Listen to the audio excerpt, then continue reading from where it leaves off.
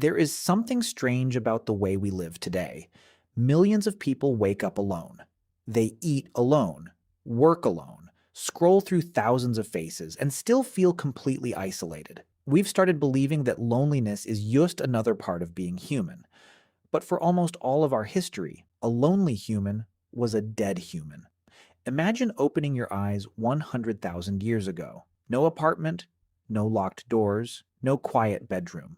Instead, 30 pairs of eyes are already awake around you. Children are laughing nearby. Someone is sharpening a stone blade. Smoke rises from a fire that has been burning since before sunrise. You don't own this place. You belong to it. Every meal you eat, every step you take, every danger you survive, depends on everyone around you. Today, independence is something we admire. Back then, it was something people feared because the worst thing that could happen to you wasn't being attacked by a lion or starving during winter, it was being left behind. Picture yourself walking through an endless grassland. The people you've lived with your entire life are becoming tiny figures in the distance. You call after them. Nobody answers. The sun begins to fall. Soon it will be dark. You know exactly what darkness means. Hyenas, lions, leopards, cold, no fire, no protection, no one to keep watch while you sleep. For our ancestors, exile wasn't a punishment. It was almost always a death sentence. That simple fact shaped the human mind more than almost anything else. It explains why rejection hurts, why we crave friendships, why being ignored feels physically painful, why people will risk everything just to belong somewhere. Because your brain was built in a world where being accepted meant survival. And even though cities replaced camps and phones replaced campfires, that ancient wiring never disappeared. The real question is, if humans depended on each other so completely, how did they manage to live together without falling apart? The answer is stranger than most people imagine, and it begins around a fire. Long before history was ever written, imagine living your entire life where nothing stayed hidden. There were no bedrooms, no walls, no headphones, no messages. Only one person could read. When the sun disappeared, everyone gathered around the same fire. They cooked together, laughed together, argued together, and finally drifted to sleep only a few steps apart. Every child grew up surrounded by dozens of adults. Every conversation was overheard. Every mistake was remembered. Privacy, as we understand it today, simply at first. That sounds unbearable. But our ancestors never missed what they had never known. To them, being surrounded by people wasn't exhausting. It was comforting, because every face around the fire meant didn't exist another pair of eyes watching for danger, another hunter searching for food, another person ready to carry an injured child. Being close wasn't a burden. It was insurance against tomorrow. But living so closely came with another problem. People disagree. They become jealous, they compete, they lose their tempers. So how could 30 or 40 people spend every day together without tearing the group apart? The answer wasn't strength. It wasn't fear. It was something far more powerful. Reputation. Imagine returning from a hunt. You kept the best piece of meat for yourself. You hid it while everyone else went hungry. No one needed security cameras to catch you. Everyone saw, everyone remembered. And once your reputation cracked, trust disappeared with it.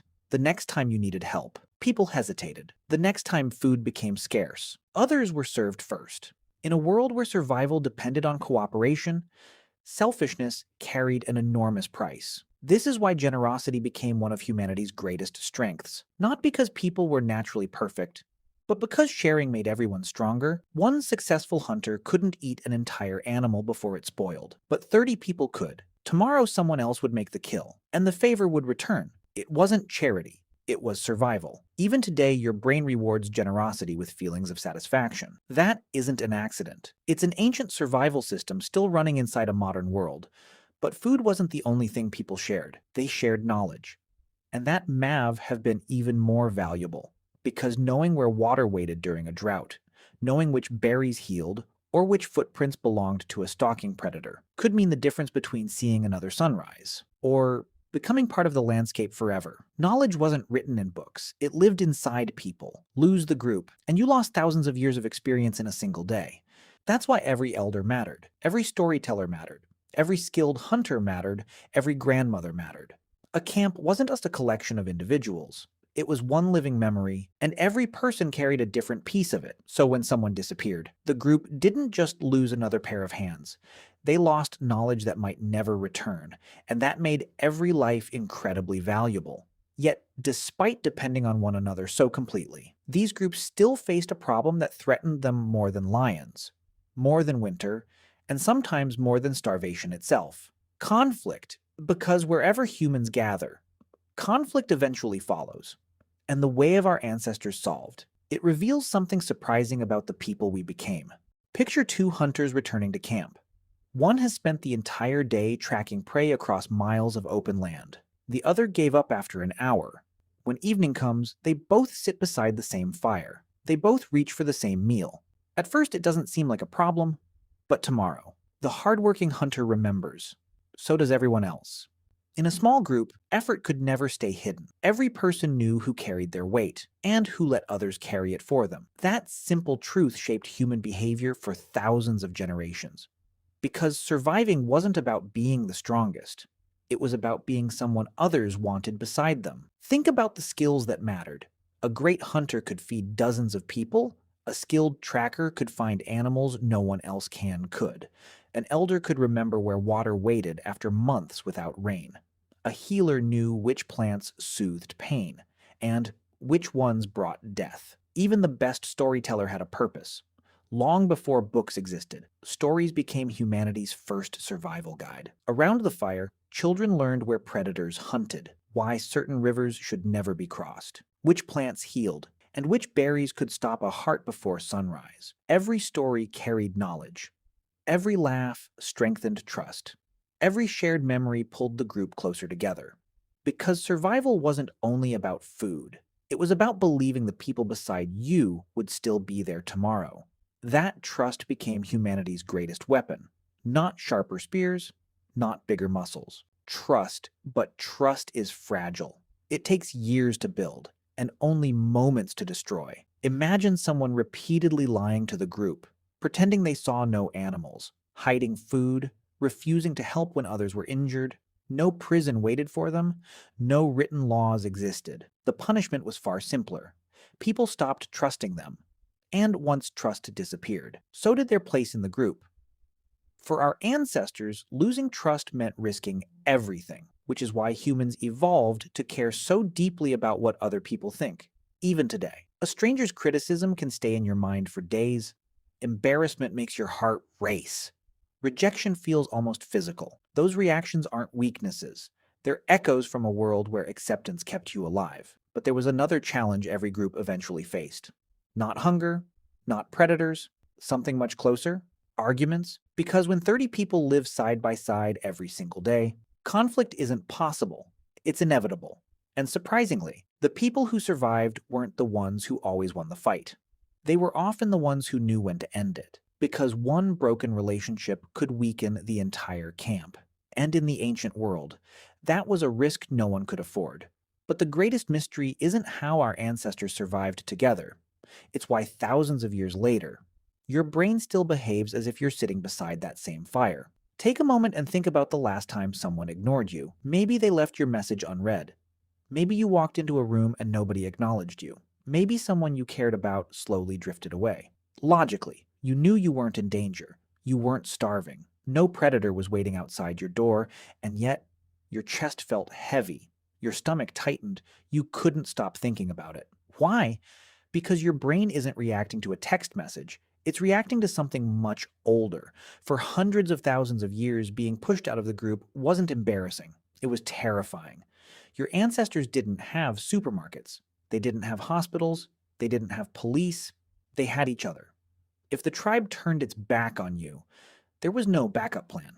So evolution built a brain that treats social rejection almost like physical pain.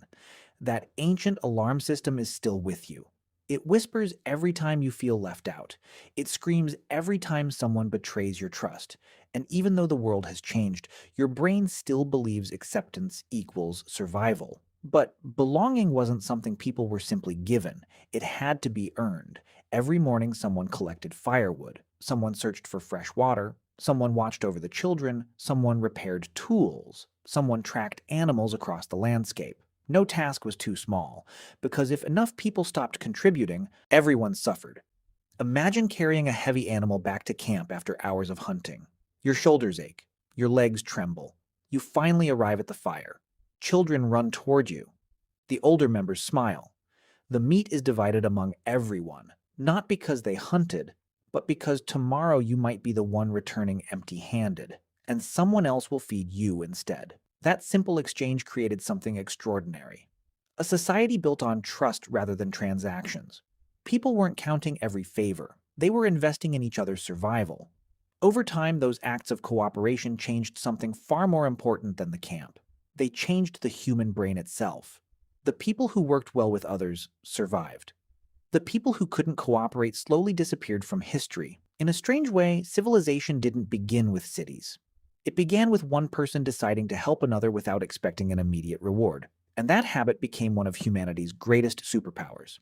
But cooperation had limits, because eventually every group met strangers, people who looked different, spoke differently, hunted on different land, and those encounters could end in friendship, or bloodshed, the next time two tribes met. Everything depended on what happened during the first few minutes. One wrong decision could erase generations. Imagine you're standing at the edge of a river. The morning is quiet. Birds scatter into the sky. Then someone notices movement in the distance. Not a deer, not a buffalo, people. A group you've never seen before. For a moment, no one moves. Every hand tightens around a spear. Every child is pulled closer to the adults because no one knows what comes next. Will they smile? Will they steal your food? Will they attack before sunset? Or will they become friends? For ancient humans, strangers were both an opportunity and a danger. A new group might know where the herds had moved. They might carry better stone for making tools. They might have medicines your people had never seen. Most importantly, they brought something your tribe desperately needed. New blood. Imagine growing up surrounded by the same 30 or 40 people your entire life, year after year, the same faces, the same families. If everyone only married within their own group, future generations would become weaker. So from time to time, groups came together. They traded. They celebrated. They shared stories around enormous fires. For a few nights, the wilderness echoed with laughter instead of silence. Young hunters tried to impress strangers with their skill. Young women met people they had never imagined existed. Old friendships were renewed. New families began. Some people returned home. Others never did. They left with a new partner, walking toward a land they had never seen before. Those journeys changed entire bloodlines.